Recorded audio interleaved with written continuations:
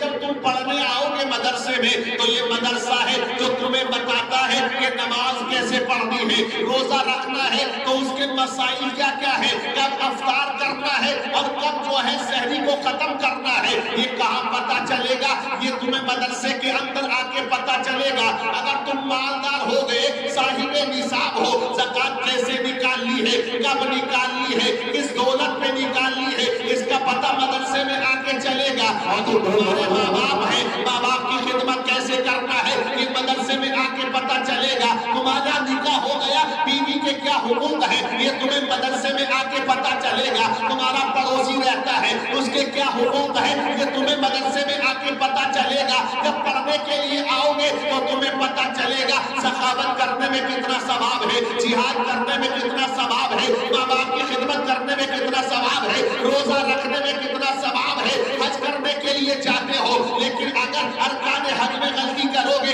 حج نہیں قبول کیا جائے گا، کیونکہ جو طریقہ ہے اس طریقے سے ہٹ جاؤ گے۔ اب حج کیسے کیا جائے اس کے طریقے کا پتہ تمہیں مدرسے میں آ کے چلے گا۔ اب تمہارے اندر اے مسلمانوں قربانی کرنے کا موقع ہے، کیسے قربانی کرے، کس کے نام کی کرے، کس جانور کی کرے، یہ تمہیں مدرسے میں آ کے پتہ چلے گا۔ تو اس لیے رب نے فرمایا کہ پہلے پڑھ لو، جب پڑھ لو گے تو جو تم اعمال دنیا کے اندر کرو گے وہ تمہارے قبول کیے جائیں گے۔ آج تم نماز پڑھنے جاتے ہو، انسان کہتا ہے دل نہیں لگتا ہے، کوئی کہتا ہے کھیت میں دل لگتا ہے، کوئی کہتا ہے دکان میں دل لگتا ہے، کوئی کہتا ہے مکان میں دل لگتا ہے۔ جب تم نماز پڑھنے کے لیے جاتے ہو تو تمہارا دماغ بھٹکتا ہے، وجہ کیا ہے؟ وجہ یہی ہے کہ تم نے نماز کو صحیح طریقے سے یاد نہیں کیا۔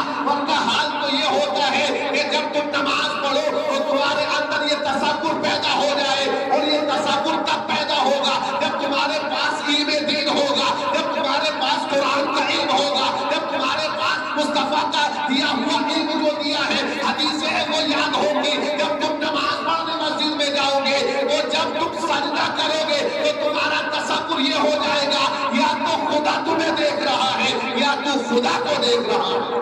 نعرہ تکبیر، نعرہ تکبیر، نعرہ رسالت، نعرہ رسالت، مسلک اعلیٰ حضرت، مسلک اعلیٰ حضرت حضرت مولانا دل شاہ صاحب قبلہ، نعرہ تکبیر، نعرہ رسالت۔ بہت اچھا ماشاءاللہ۔ پتہ کیسے چلا؟ مدرسے میں آ کے پتہ چلا ہے۔ انٹر والا ہو، ہائی اسکول والا ہو، ایم اے بی اے والا ہو، اسلام منع نہیں کرتا ہے۔ پڑھیے رب کے نام سے، آپ انگلش بھی پڑھیے گا۔ آپ دیکھیں اعلیٰ حضرت نے پڑھنے کے لیے بھیجا، لدھیانہ کی یونیورسٹی میں بھیجا، عبدالعلی میرٹھی رحمت اللہ علی کو بھیجا۔ کیوں بھیجا؟ انگلش سکھائی تاکہ وہ امریکہ جا کے مناظرہ کرے، انگریزوں کو بتائے کہ اسلام کون سا مذہب ہے، قرآن کتنی سچی کتاب ہے۔ آپ کچھ بھی سیکھ سکتے ہو لیکن نیت یہ ہونی چاہیے کہ میرا رب مجھ سے راضی ہونا چاہیے۔ نماز کا حکم دیا گیا، پہلے کہا پڑھیے آپ، اب پتہ تو ہے نہیں کیا پڑھنا ہے تو نقل کر رہے ہیں دوسرے کی، وہ سجدہ کر رہا تو یہ بھی کر رہا، ایسے بھی ہیں۔ نماز بالکل یاد نہیں لوگوں کو، سجدے میں گیا تو پورے انگوٹھے اوپر ہے، پیر اٹھے پڑے، بالکل حکہ بنا دیا اسے، بالکل۔ اب یہ اگر یہ پیر کی انگلی نہ مڑی، تین کا مڑنا واجب ہے تو نماز نہیں، یہ سجدے کے لیے حکم ہے۔ لیکن آپ اپنی مسجد میں جا کر دیکھیے گا، یا میں جائزہ لیتا ہوں جگہ جگہ اگر کہیں جانا ہوا مسجدوں میں پہنچے تو دیکھا مسلمان کا پیر نہیں دکھ رہا ہے، نماز کی حالت میں انگلیاں نہیں مڑ پا رہی ہے، تو اب نماز میں لذت کہاں سے آئے، نماز کیسے قبول ہو؟ تو یہ تمام وہ چیزیں ہیں جو مدرسے میں سکھائی جاتی ہیں۔ اس لیے مدرسے کا ہونا بڑا ضروری ہے، کیونکہ یہ جو ہوتے ہیں مدرسے، یہ دین کا قلعہ ہوتے ہیں، یہ دین کا قلعہ ہے، قلعہ۔ اور اعلیٰ حضور حافظ ملت نے فرمایا مسجد بعد میں بنا، مدرسہ پہلے بنا۔ کیوں فرمایا حافظ ملت نے؟ الجامعۃ الاشرفیہ کو قائم کیا انہوں نے جا کے وہاں، اور اتنی محنت کی آپ نے کہ اگر کسی نے آپ کی جھولی میں پھٹے ہوئے مذاقیہ طور پر جوتے ڈال دیے نا کہ لے جاؤ چندے میں، تو آپ برا نہیں مانے، وہی لے کر آ گئے آپ۔ یہ آپ کا تقویٰ، یہ آپ کی محنتیں ہیں۔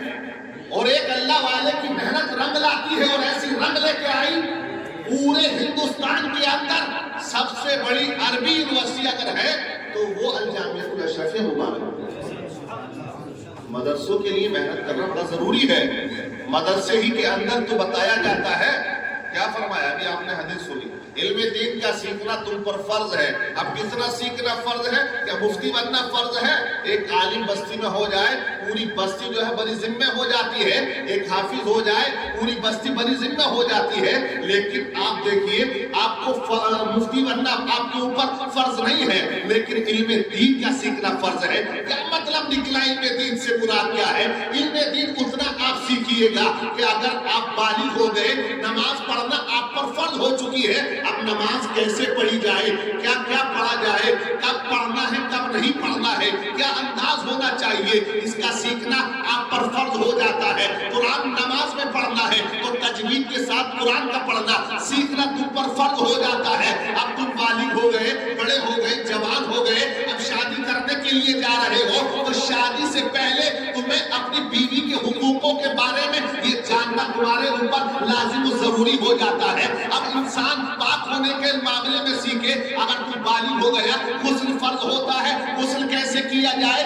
یہ غسل کا طریقہ سیکھنا تم پر فرض ہے، وضو کا طریقہ سیکھنا تم پر فرض ہے۔ اے مسلمانوں، اب نکاح کے لیے جا رہے ہو، بیوی کے حقوقوں کے بارے میں یہ جاننا فرض ہے۔ مالدار ہو گیا تو زکوٰۃ کے کیا مسائل ہیں یہ علم سیکھنا تمہارے اوپر فرض ہے۔ اگر تو رمضان کے روزے رکھ رہا ہے، کیا مسائل ہیں روزے کے، کب ٹوٹتا ہے کب نہیں ٹوٹتا ہے، کس بات سے ٹوٹتا ہے کس سے نہیں ٹوٹتا ہے، یہ تمام باتوں کا جاننا تیرے اوپر فرض ہے۔ تو یہ وہ چیزیں ہیں جن کا جاننا تمہارے اوپر فرض ہے، لیکن آج مسلمان انگلش میڈیم میں دل لگا رہا ہے، اپنے بچوں کو وہاں بھیج رہا ہے۔ ہم مخالفت نہیں کیا کرتے ہیں، لیکن یہ یاد رکھیے گا، آپ نے سنا تھا ابھی کہ اسکول کے اندر جب بچہ پہلی کلاس میں جاتا ہے، نرسری یو کے جی ایل کے جی میں جاتا ہے، سب سے پہلے اسے یہی پڑھایا جاتا ہے DOG ڈاگ، ڈاگ کے معنی کتا ہے، CAT کیٹ، کیٹ کے معنی بلی ہے۔ اسی طرح کا آپ کو پڑھنے میں ملے گا،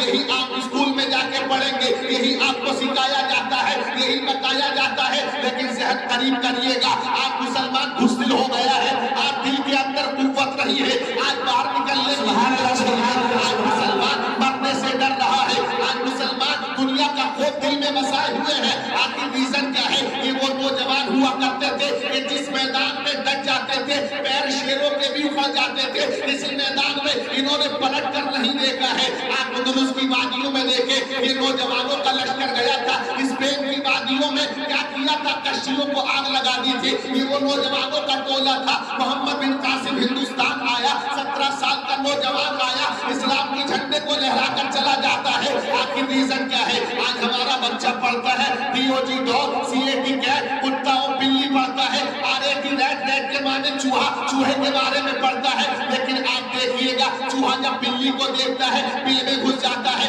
بلی کتے کو دیکھتی ہے بل میں گھس جاتی ہے، کتا انسان کو دیکھتا ہے دور بھاگتا ہوا نظر آتا ہے۔ تو اسی طرح جب یہ بچہ DOG ڈاگ کا کتا پڑھ کے اور ریٹ کا سبق پڑھ کے کیٹ کا سبق پڑھ کے آگے جاتا ہے، اس کا دل بھی کتے بلی کی طرح ہو جاتا ہے۔ اس لیے مسلمانوں، سب سے پہلے اگر سبق دو تو وہ سبق دے دو کہ جس تعلیم کو حاصل کرنے کے بعد مدرسے میں آ کے اللہ کا نام پڑھے گا، اللہ سے پڑھے گا، اللہ کا خوف دلوں میں آ جائے گا، تو یہ یاد رکھ لیجیے گا کہ تیرا یہ بندہ، یہ میرا مولا کا بندہ، یہ تیرا بیٹا یا تیری بیٹی، یہ منہ چھپا کے کتا بلی کی طرح نہیں جائیں گے، بلکہ جب دین کا علم حاصل کر لیں گے تو غلام حسین بن کر میدان میں ڈٹتے ہوئے نظر آئیں گے۔ سبحان اللہ، سبحان اللہ، بہت اچھا، ماشاء اللہ، سبحان اللہ، سبحان اللہ۔ بسم اللہ الرحمن الرحیم۔ پہلا سبق ہی یہ ہوتا ہے اللہ کے نام سے شروع، اور جو بندہ اللہ سے ڈرتا ہے ساری کائنات اس سے ڈرتی ہے۔ سمجھ رہے ہیں آپ؟ میں نے آیت کریمہ پڑھی، اللہ فرماتا ہے ایمان والو اللہ سے ڈرو، سچوں کے ساتھ ہو جاؤ، سچوں کے ساتھ ہو جاؤ، اللہ سے ڈرو۔ اور ڈرے گا کون؟ ڈرے گا تو وہی جو علم والا ہے۔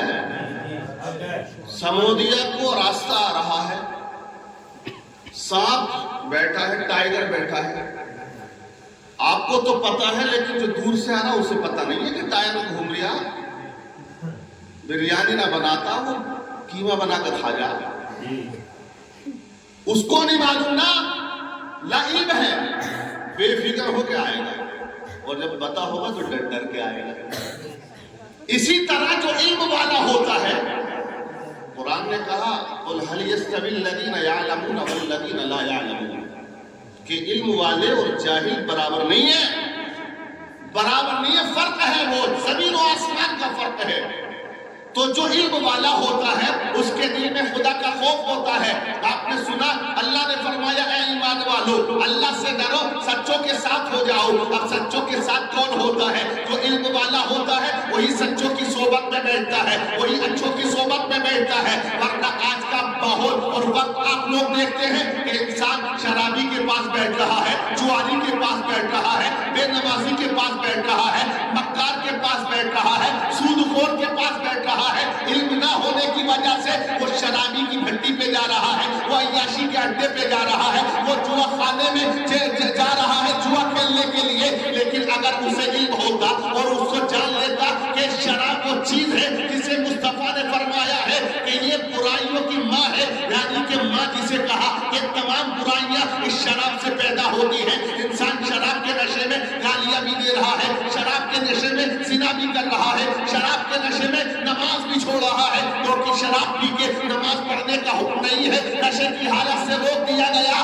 لیکن جب بندہ آپ دیکھیں خدا کا خوف دل میں رکھتا ہے، ایک ہے دنیا کا خوف، ایک ہے خدا کا خوف۔ اب ذرا ذہن قریب کریے گا، جب آپ کسی سے ڈرتے ہو نا تو دور ہو جاتے ہو۔ اگر پولیس سے ڈرو بھاگتے ہوئے نظر آتے ہو، اگر سانپ سے ڈرو بھاگتے ہوئے نظر آتے ہو، اگر ٹائیگر سے ڈرو بھاگتے ہوئے نظر آتے ہو، اگر آپ کسی زمیندار سے ڈرو بھاگتے ہوئے نظر آتے ہو۔ جب تم کسی سے ڈرتے ہو تو دور ہو جاتے ہو، لیکن جب تم خدا سے ڈرتے ہو تو اللہ کے قریب ہو جاتے ہو۔ سبحان اللہ، نعرہ تکبیر، پورا مقبول ہاتھ اٹھا کر نعرے کا جواب بولے، نعرہ تکبیر، نعرہ رسالت، نعرہ رسالت، مسلک اعلیٰ حضرت، مسلک غریب نواز، نعرہ تکبیر، نعرہ رسالت، لبیک یا رسول اللہ، لبیک یا رسول اللہ۔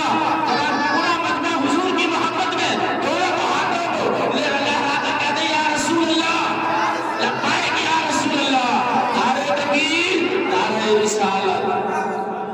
یہ خدا کا خوف ہے کہ بندے کو قرب حاصل کرا دیتا ہے، دنیا کا خوف دور کر دیتا ہے۔ اس لیے کسی سے مت ڈرو، اگر ڈرنا ہے تو اللہ سے ڈرو۔ آپ دیکھیے اللہ سے ڈرنے والے کبھی پست نہیں ہوتے ہیں، کبھی ہار نہیں مانتے ہیں۔ اللہ سے ڈرنے والے نہ کسی بندوق سے ڈرا کرتے ہیں، نہ کسی توپ سے ڈرا کرتے ہیں، نہ کسی میزائل سے ڈرا کرتے ہیں، نہ کسی لشکر سے ڈرا کرتے ہیں۔ آپ تاریخ پڑھیے گا اور اب تم نگاہوں سے دیکھ رہے ہو، ایک ہسٹری لکھی جا رہی ہے، قیامت تک فلسطین کے مسلمانوں کو یاد کیا جائے گا۔ یہ وہ نوجوان ہیں، یہ وہ بچے اور عورتیں ہیں کہ حضرات وہ نہیں ڈر رہے، بڑے بڑے میزائل آتے ہیں لیکن باپ بیٹے سے کہہ رہا ہے خوف مت کھا، اللہ سب سے بڑا ہے، کلمہ پڑھاتا ہوا نظر آ رہا ہے۔ آج فلسطین کے اندر نہ جانے کتنے لوگوں کو قتل کر دیا گیا ہے، بمباری کر کے ہلاک کر دیا جا رہا ہے۔ یہ 70 سال کا اتہاس پڑھیے گا، 3 لاکھ سے زیادہ ان لوگوں نے اپنی جان کو قربان کر دیا بیت المقدس کے لیے، مسجد اقصیٰ کے لیے، لیکن ان کے دلوں میں اسرائیل کے میزائل کا ڈر نہیں ہے، اس کا بم کا ڈر نہیں ہے، اس کی طاقت کا ڈر نہیں ہے، ان کے دل میں اللہ کا خوف ہے۔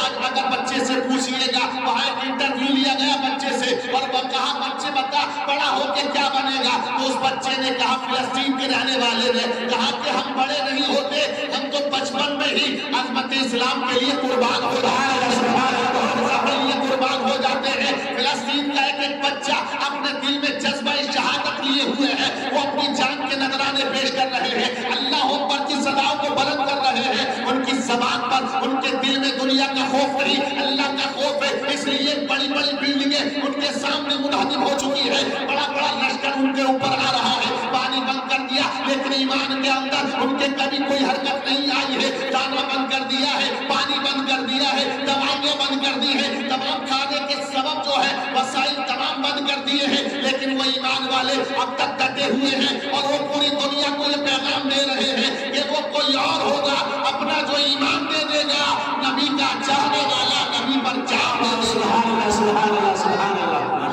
یہ ان کا معاملہ ہے۔ وہاں کی عورتیں دیکھیں، آپ دیکھیں وہاں آج ہمارے یہاں برقع پہننا عورتیں پسند نہیں کر رہی ہیں، حجاب لگانا پسند نہیں کر رہی ہیں، لیکن آج فلسطین کی عورتیں رات کو جب بستر پہ سونے جا رہی ہے تو وہ پورا حجاب پہنتی ہے، پورا نقاب پہنتی ہے۔ پوچھا گیا بہن کیوں کر رہی ہو، پورا حجاب کیوں پہن رہی ہو؟ تو ان کا جملہ سنیے گا، وہ عورتیں کہتی ہیں ہمارے یہاں آج جو ہے بمباری ہو رہی ہے، نہ جانے کب میزائل گر جائے، نہ جانے کب بم گر جائے، ہم مر جائیں، اور جب صبح کو لاش اٹھائی جائے تو کہیں ایسا نہ ہو ہماری لاش کی بے پردگی ہو جائے، اس لیے ہم چاہتے ہیں اگر دنیا سے جائے تو بے پردہ نہ جائے بلکہ پردے کی حالت میں جائے۔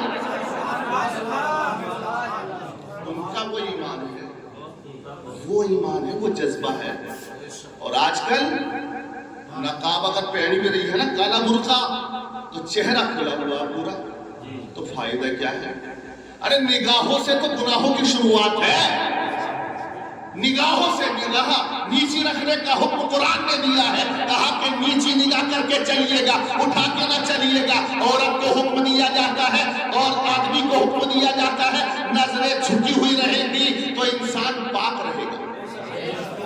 اعلیٰ حضرت بچپنے کا عالم ہے، اعلیٰ حضرت کا ابھی 4 یا 5 سال کے نہیں آپ جا رہے تھے گزر کے، آپ نے نیچا کرتا پہنا ہوا تھا، جوبا ایک طرح سے۔ ناچنے والی جو ہوتی تھی ان کی ایک گاڑی گزری، بیل گاڑی، وہ اس میں بیٹھی ہوئی تھی، بن سور کے بیٹھی تھی، ناچنے والی تھی۔ آپ نے دیکھ لیا، جب ان کو آتا ہوا دیکھا تو اعلیٰ حضرت نے نیچے سے کرتا اٹھا کے اپنی آنکھوں پہ رکھ لیا ہے۔ جب ایک ناچنے والی نے دیکھا کہ بچہ یہ کر رہا ہے تو اس عورت نے کہا کہ بچہ آنکھیں چھپا لی ہیں لیکن تیرا سطر تو کھل گیا ہے۔ تو اعلیٰ حضرت نے کہا کہ سطر تو وہ چیز ہے کہ اگر آنکھوں سے شروعات نہ ہو تو سطر پہ اس کا کوئی فرق نہیں پڑا کرتا ہے، اس لیے جہاں گناہ کا دروازہ کھلنے کا اندیشہ ہو میں نے اسی دروازے کو بند کر دیا۔ بچپنے میں یہ تقویٰ تھا آپ کا، یہ خوف، یہ اللہ والوں کا خوف ہی تو ہے۔ اللہ سے ڈرے، اللہ سے ڈرے۔ آپ نے روزہ رکھ لیا تھا بچپنے کے عالم میں، اور جب ظہر کا وقت ہوا 2-2:30 بجے دھوپ شدت کی تھی، لے گئے آپ کے والد گرامی یہ دادا اندر کمرے میں، کہا کہ بیٹے احمد رضا آج تم نے پہلا روزہ رکھا ہے، ابھی تم پر فرض ہوا نہیں ہے اس لیے تم کچھ کھا لو، ابھی فرض نہیں ہے نا اس لیے کھا لو، باہر لوگوں کو پتہ نہ چلے گا۔ تو اعلیٰ حضرت کا جواب سنے، بچپنے کے عالم میں ہیں، بالغ نہیں ہوئے، آپ نے فرمایا اے میرے دادا جان آپ کہتے ہو کہ لوگ نہیں دیکھ رہے لیکن خدا تو دیکھ رہا ہے، خدا تو دیکھ رہا ہے۔ آپ نے نہیں کھایا اس وقت کچھ بھی، کہا کہ دل میں خدا کا خوف ہے، اور اللہ کیا فرماتا ہے مسلمانوں، وَلِمَنْ خَافَ مَقَامَ رَبِّهِ جَنَّتَانِ، جو اللہ سے ڈرتا ہے اور گناہوں کو ترک کرتا ہے اللہ اسے 2 جنتوں کی بشارت عطا کرتا ہے۔ سبحان اللہ سبحان اللہ، بہت اچھا۔ تو یہ خدا کا خوف ہے۔ تو علم سب سے پاور کا نام ہے، علم سب سے طاقت کا نام ہے، علم روشنی ہے یہ نبی نے فرمایا ہے، علم اجالا ہے یہ نبی نے فرمایا ہے۔ اب علم نہیں ہوگا اجالا نہیں ہوگا، اجالا نہیں ہوگا اندھیرا ہوگا تو انسان بھٹک جائے گا تو لٹک جائے گا۔ سمجھ رہے ہیں؟ ارے بھائی یہ موبائل ہے، یہ یہودیوں نے بنایا، یہ سب سے زیادہ پیسے والے پوری دنیا میں یہودی ہی تو ہیں، وہ اسرائیل کے اندر جو جنگ ہو رہی ہے، بڑی تاریخ ہے ان کی۔ حضرت یعقوب علیہ السلام کے بیٹے کا نام تھا، بڑے بیٹے کا یہودا، وہیں سے چلا، میں نے تفسیر میں پڑھا کہ یہ نام وہیں سے چلا۔ اب نسل کہاں سے چلی ہے؟ ایک ہے بنی اسرائیل، ایک ہے بنی اسماعیل۔ ہمارے نبی بنی اسماعیل میں پیدا ہوئے، اور بنی اسرائیل وہ نسل چلتی ہے جو حضرت اسحاق علیہ السلام ہے۔ حضرت ابراہیم علیہ السلام کے بیٹے ایک ہے اسحاق علیہ السلام، ایک ہے اسماعیل علیہ السلام۔ اسحاق علیہ السلام ہی کے بیٹے تھے حضرت یعقوب علیہ السلام، اور حضرت یعقوب علیہ السلام ہی کے بیٹے تھے حضرت یوسف علیہ السلام۔ تو یہ وہ چلتے آ رہے، اسی بنی اسرائیل میں حضرت داؤد علیہ السلام پیدا ہوئے، حضرت سلیمان علیہ السلام پیدا ہوئے، حضرت موسیٰ علیہ السلام پیدا ہوئے، حضرت عیسیٰ علیہ السلام پیدا ہوئے۔ اب قرآن نے کیا کہا ہے؟ یہ یہودیوں کا ذکر بھی ہے ہے، عیسائیوں کا ذکر بھی قرآن کے اندر ہے. وقالت الیہود عزیر ابن اللہ وقالت النصارى المسیح ابن اللہ. قرآن نے کیا کہا؟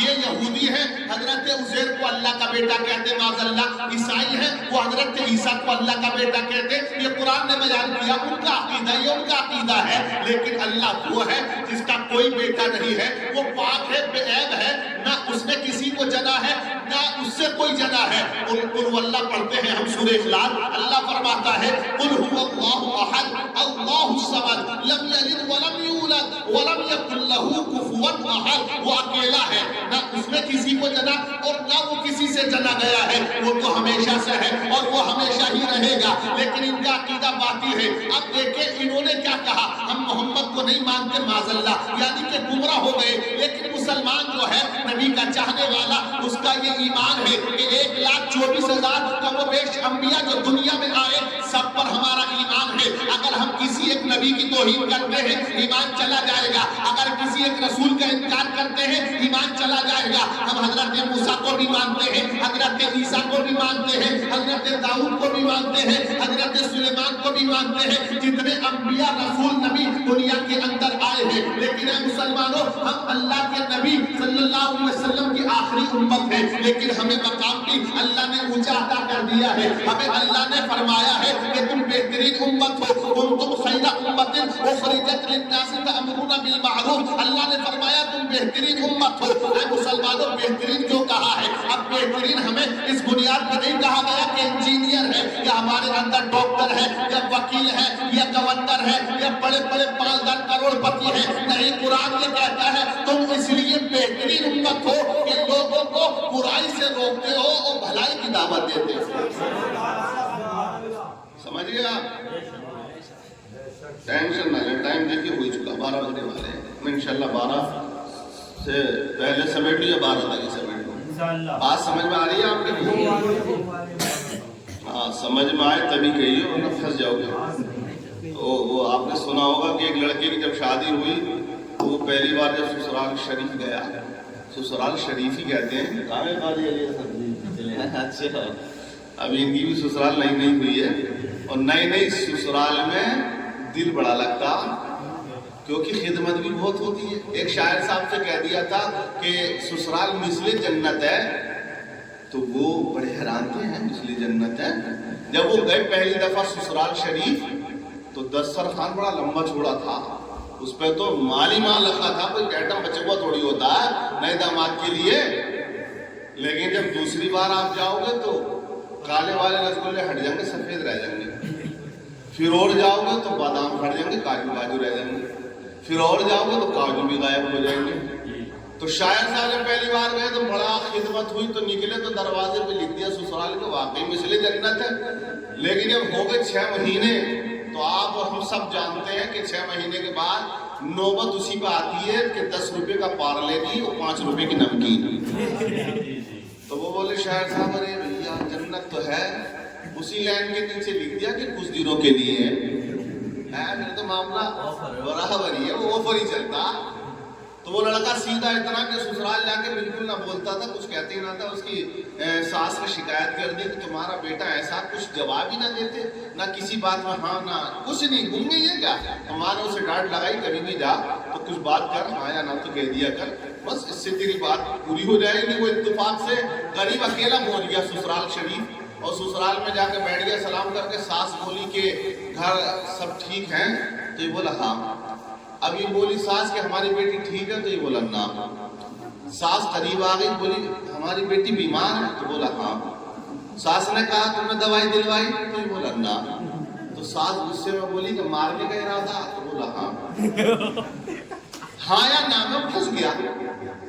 جیسے تم کہہ رہو ہاں، ایسا تو نہیں ہے. وہ کہتے ہیں بزرگوں نے فرمایا کہ مدت تو سوچو اور مختصر بولو، جتنا بولو سوچ سمجھ کے بولو. مانگو اسی سے جو دے دے خوشی سے اور کہو اسی سے جو نہ کہے کسی سے. یہ یاد رکھیے گا. بات چل رہی ہے کہ اے ایمان والو اللہ سے ڈرو، سچوں کے ساتھ ہو جاؤ. قرآن نے بہت اچھا فیصلہ کیا ہے، ہمیں سنایا ہے، ہمیں بتایا ہے. اور سچوں کے ساتھ رہنے سے بینیفٹ کیا ہوگا یہ نبی نے فرمایا ہے. نبی فرماتے المرء مع من احب، جو دنیا میں جس سے پیار کرتا ہے قیامت کے کے دن وہ اسی کے ساتھ ہوگا. اگر شرابیوں سے آپ نے پیار کیا نا تو انہی کے ساتھ رہو گے. یاد رکھیں آج شراب نوشی, نشے بازی, آج وہ کیپسول بازی, بڑا تباہ ہو گیا مسلمان, برباد ہو گیا مسلمان. وہ نوجوان جسے شراب سے نفرت کرنی چاہیے وہ سیلیبریٹ کر رہا ہے, وہ پی رہا ہے نام بدل کے, کہتا ہے کہ یہ تو بیئر ہے. ابھی نبی کی حدیث ہے,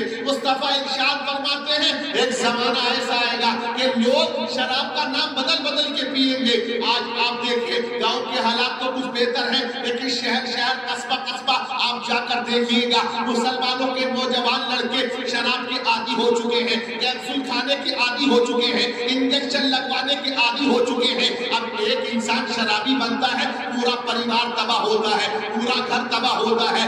آنے والی جو دلہن ہوتی ہے اس کی زندگی تباہ ہو گئی. اب وہ سسرال والے تباہ ہو گئے. وہ کس منہ سے اپنی بیٹی کو اب اپنے گھر لے کر آئے؟ شادی کر دی شرابی تھا, اب وہ زیور بیچ رہا ہے, اب وہ جہیز کا سامان بیچ رہا ہے. تو ایک شراب کی وجہ سے دو خاندانوں میں آگ لگ جاتی ہے, پریوار برباد ہو جاتا ہے. شراب کی وجہ سے بچے پڑھ نہیں پاتے ہیں. تو اس لیے مسلمانوں کو شراب سے دور رہنا چاہیے, کیونکہ جو شرابی ہوتا ہے اللہ جہنم کے بھڑکتے ہوئے شعلوں میں اس کو ڈالے گا. جہنم کا انتظار اللہ کے نبی فرماتے ہیں کہ اس شرابی کیا کر رہا ہے. اب دیکھیے علماء نے یہ بھی لکھ دیا ہے اگر شرابی ہے, اگر وہ بیمار پڑ گیا مت دیکھنے جاؤ تاکہ دوسرے لوگ عبرت حاصل کریں. حالانکہ بیمار کی عیادت کے لیے جانا یہ مصطفیٰ کی سنت ہے, یہ ثواب کا بہت بڑا کام ہے. کوئی بیمار ہے عیادت کے لیے جایا کرو اور کچھ نہ کچھ پیسے بھی دے کر آیا کرو. یا آپ 1 کلو سیب لے جاتے ہو, سیب نہیں کھاتا ہے مریض یا پھل نہیں کھاتا ہے مریض, مت لے کر جاؤ فروٹ 500 روپے کے اس کے ہاتھ میں دے کر آؤ. دوائی میں پیسہ لگ رہا ہے. ہم شادیوں میں جاتے ہیں لفافہ دیتے 2000-3000 کا, حالانکہ شادی کرنے والا پہلے انتظام کرتا ہے. اگر اسے 1 روپیہ بھی نہ دیا جائے وہ اپنا کام پورا کر لے گا, لیکن وہ مریض جو اسپتال میں پڑا ہے ہزاروں روپے کی دوائیاں آتی ہے. اس لیے علماء نے کہہ دیا کہ اگر آپ مریض سے ملنے جاتے ہو کچھ نہ کچھ اس کے ہاتھ میں رکھ کے آیا کرو. اب لیکن شرابی کے بارے میں کیا کہا جاتا ہے؟ مت جاؤ, ایک شرابی بیمار ہے تاکہ بستی میں جو دوسرے شرابی ہیں وہ دیکھ کر عبرت حاصل کرے, ارے اس بیمار کو دیکھنے کوئی نہیں آ رہا, اس وجہ سے یہ شرابی ہے. اب علماء نے یہاں تک لکھ دیا ہے اگر شرابی مر جائے پورا گاؤں نماز جنازہ نہ پڑھے, کھڑا ہو جائے ایک طرف, امام اعظم نے فرمایا کہ پڑھ لی جائے لیکن 2-4 پڑھ لیں, فرض کفایہ ہے ادا ہو جائے گا. اب لوگ یہاں یہ کہتے ہیں اگر کوئی اچھا نمازی آدمی اس کی نماز جنازہ پڑھ لے گا اس کی بخشش ہو جائے گی. لیکن یہ بھی یاد رکھو اگر یہ سوچ لے کر ہم شرابیوں کی نمازیں پڑھتے رہے تو معاشرے سے شراب نوشی ختم نہ ہوگی, بلکہ ایک شہر کے اندر ایک شرابی کی نماز جنازہ نہیں پڑھی جائے گی تو ہزاروں شرابی سدھرتے ہوئے نظر آئیں گے. ہزاروں شرابی سدھرتے ہوئے نظر آئیں گے.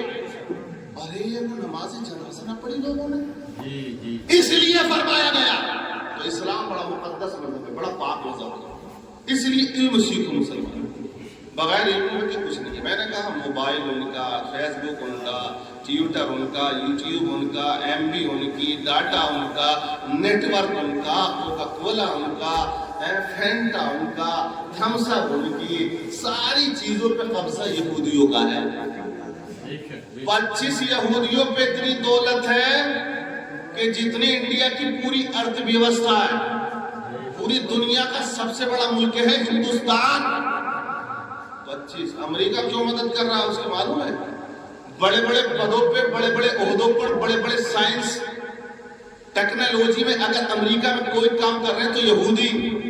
اور بڑے بڑے ادھوگ پتی سب سے ٹاپ 10, بل گیٹس آپ نے نام سنا ہوگا, ایک سافٹ ویئر کمپنی کا مالک تھا, پوری دنیا میں سب سے بڑا امیر تھا. وہ اب نیچے آ گیا ہے, لیکن وہ دنیا کا سب سے بڑا امیر کون؟ وہ یہودی ہے. کیوں؟ ریزن و وجہ کیا ہے؟ جب اٹلی کے اندر مارا تھا نا اس نے, جرمنی کے اندر ہٹلر نے 60 لاکھ یہودیوں کا قتل کیا تھا اس نے. بہت ہوتے ہیں 60 لاکھ, 90 لاکھ تھے جرمنی کے اندر. لیکن اس کے بعد انہوں نے کس طرح سے اپنے آپ کو کھڑا کیا. پوچھا تھا ایک یہودی سے انٹرویو میں کہ تم لوگوں نے ترقی کیسے کی ہے, تو معلوم ہے اس کا جواب کیا تھا. اس نے کہا کہ ہم نے پروفٹ محمد صلی اللہ علیہ وسلم کی زندگی کو دیکھا ہے کہ وہ مکے کی زمین پر پیدا ہونے والے پیغمبر کہ جن کے ساتھ میں ان کے خاندان والے نہیں تھے، اگر وہ تقریر کرتے تھے لوگ ان کو گالیاں اور پتھر مارا کرتے تھے. وہ پیغمبر جب مکے میں چلتے تھے راستوں میں ان کے کانٹے بچھا دیے جاتے تھے. ان کے پاس کوئی بڑا وسائل نہیں تھا اپنے دین کی تبلیغ کرنے کے لیے. کہا اس یہودی نے ہم نے محمد عربی صلی اللہ علیہ وسلم کی زندگی کو دیکھا کہ انہوں نے سب سے زیادہ زور اپنی ایجوکیشن پہ دیا، تعلیم پہ دیا. اسلام نے سب سے زیادہ زور ایجوکیشن پہ دیا، تعلیم پہ دیا. اور مصطفیٰ نے اپنے امتیوں کو فرمایا کہ تم تجارت کرو. تو اس نے کیا کہا یہودی نے؟ ہم نے انہی چیزوں کو پکڑ لیا، ایجوکیشن کو مضبوطی سے تھام لیا. ہم نے کہا اپنے بچے کو ہم پڑھائیں گے، ہم بھوکا رہے لیکن ایجوکیشن دیں گے، اسے ہم سائنس بنائیں گے، اسے بڑا کوئی سافٹ ویئر کا انجینئر بنائیں گے. انہوں نے یہی کہا اور کہا کہ ہم اپنے بچے سے نہیں کہتے مزدوری کرنا ہے، ہم اسے بچپن سے سکھاتے ہیں تجارت کر، تجارت کر، تجارت میں برکت ہے. یہی نبی نے تو فرمایا ہے کئی گنا زیادہ تجارت میں اللہ نے برکتیں رکھی ہیں. لیکن آج مسلمان مزدوری پہ فوکس کرتا ہے، غلامی پہ فوکس کرتا ہے، مصطفیٰ کے بتائے ہوئے طریقے کو چھوڑ کر، اس لیے ذلیل و رسوا ہو رہا ہے. ایک یہودی کہہ رہا ہے ہم نے پروفیٹ محمد صلی اللہ علیہ وسلم کی زندگی کو دیکھا کہ چند لوگوں کے ساتھ میدان بدر میں اترے، وہ انقلاب کھڑا کر دیا ہے کہ وہ مذہب جس کا لوگ کلمہ پڑھنا نہیں چاہتے تھے، جس کے دشمن تھے. پہلی جنگ میں 313 تھے، دوسری جنگ ہوتی ہے اسلام کی تو اس کے اندر 3000 کا لشکر ہے لیکن مقابلے میں 10,000 لوگ آتے ہیں. تو ہم دیکھتے رہے کہ 23 سال کے ایک مختصر سے وقت میں کس طرح سے محمد عربی صلی اللہ علیہ وسلم نے اپنے دین کو پھیلایا ہے، لوگوں تک کلمہ پہنچایا ہے. جب وہ محمد دنیا سے گئے تھے تو وہ قوم وہ جاہل تھی جن کے ہاتھ میں قلم نہ تھا، جن سے لکھنا نہیں آتا تھا، جن سے پڑھنا نہیں آتا تھا، جن سے بولنا نہیں آتا تھا. کہ محمد عربی صلی اللہ علیہ وسلم نے چند سالوں کے اندر وہ انقلاب پیدا کر دیا. حجۃ الوداع کے موقع پہ جب خطبہ دیتے ہیں تو ان کے سامنے 1,24,000 صحابہ کا مجمع کھڑا ہے. مطلب کیا نکلا؟ مطلب یہ نکلا کہ وہ قوم جو جاہل تھی محمد عربی نے چند سالوں میں ان کے ہاتھوں میں قلم تھما دیا. قلم سب سے بڑی طاقت ہے. آج تلواروں سے فیصلے نہیں ہو رہے، قلم. تمہارا بچہ ڈی ایم ہے نا تو وہ فیصلہ کر رہا ہے، ایس پی ہے نا وہ فیصلہ کر رہا ہے، پولیس انچارج ہے نا وہ فیصلہ کر رہا ہے، کورٹ میں جج ہے نا وہ فیصلہ کر رہا ہے. ایک وہ زمانہ تھا پہلا، مغلوں کا دور گزرا، لوگوں کا دور گزرا، راجا مہاراجاؤں کا دور گزرا کہ جس کے پاس تلوار اس کی حکومت، جس کے پاس لشکر اس کی حکومت. لیکن یہ وہ دور ہے مسلمانوں جس کے پاس قلم ہے، حکومت اس کی ہے. لیکن ہم تو غفلت میں ہیں، بس کوٹ پینٹ سیکھ لے گا، سائیکل کی دکان کھول لے گا، پنچر بنا لے گا، ارے کچھ نہ کرے گا تو نہ دھان تو لگا گئی ہو گئی. تو ایک سوچ پیدا کرو، ایک فکر پیدا کرو اپنے ذہن کے اندر کہ بچے کو پڑھاؤں گا چاہے 250 گرام گوشت سے لے کر آؤں گا ہفتے میں، مت کھاؤ 1 کلو، فیس بھرو بچے کی، مت کھاؤ بریانی، فیس بھرو بچے کی، پڑھاؤ. اگر نہیں پڑھایا تو آنے والا وقت ایسا ہے کہ تم اپنے وجود کو منوا نہیں پاؤ گے، اپنی بات کو منوا نہیں پاؤ گے. آج حالات دیکھیں، ٹی وی پہ بولتے ہیں نا ڈیبیٹ میں، جو ہے ایجوکیٹڈ وہ بولتا فرفر اور جو ہے وہ اٹک جا. رکام اللہ بھی جا رہے ہوں، داڑھی ٹوپی والے ٹوپی لگا کے ذلیل و رسوا ہو کے آ جاتے ہوں، وہ بکے ہوئے ہیں. خیر تو اس لیے بڑا ضروری ہے. مدرسہ ہے، سمودیا گاؤں کی بڑی ہے، بڑا کام ہے مسلمانوں کا. اور مدرسے کی حالت دیکھو، ایجوکیشن بہت ضروری ہے. ارے کیسے نہ پیٹیں ہم، کیسے نہ آپ لوگ ماریں، کیسے بدلے گی حکومت؟ نہیں بدلے گی بھیا، کیونکہ ہم اپنے آپ کو نہیں بدلتے ہیں. اور جو قوم اپنی فکر نہیں کرتی خود کو بدلنے کی تو اللہ اس کی تقدیریں نہیں بدلا کرتا ہے. تو ضروری ہے کہ مدرسوں کو ایجوکیشن اچھی ہو، پڑھاؤ، تعاون کرو. انگلش میڈیم میں دے رہا 5,000 10,000 20,000 5 لاکھ روپے تک فیس ہے اسکول کی، ایک بچے کی 1 سال کی آپ دیکھیں تو. لیکن مدرسے کے نام پر تو جیب ہی خالی ہے. بالکل جنازہ نکل جا رہے نا، کھیتی نہ آئی، کام نہ چلا، دکان بند ہے. بند تو ہوگی جب تیرا دل بند ہے تو اللہ نے تیری دکان بھی بند کر دی. اور تو اللہ کے راہ میں خرچ کرے گا، دے گا تو اللہ تبارک و تعالیٰ اس تیری دکان میں برکتیں عطا فرمائے گا۔ ارے اللہ کا وعدہ ہے، ایک عطا کرو تو میری راہ میں خرچ کرو، اللہ تمہیں 10 عطا کر دے گا۔ لیکن حالات بہت ہیں کہ بچوں کو ہمارے نماز کا پتہ نہیں، روزوں کا پتہ نہیں۔ بہرحال مدرسے کا چلانا بڑا ضروری ہے۔ وقت دیکھیے 12 بج گئے ہیں، انشاءاللہ پھر کبھی موقع رہا، ٹھیک ہے نا؟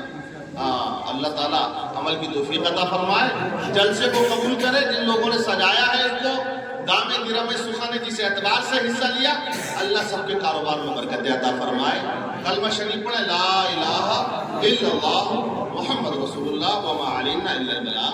السلام علیکم۔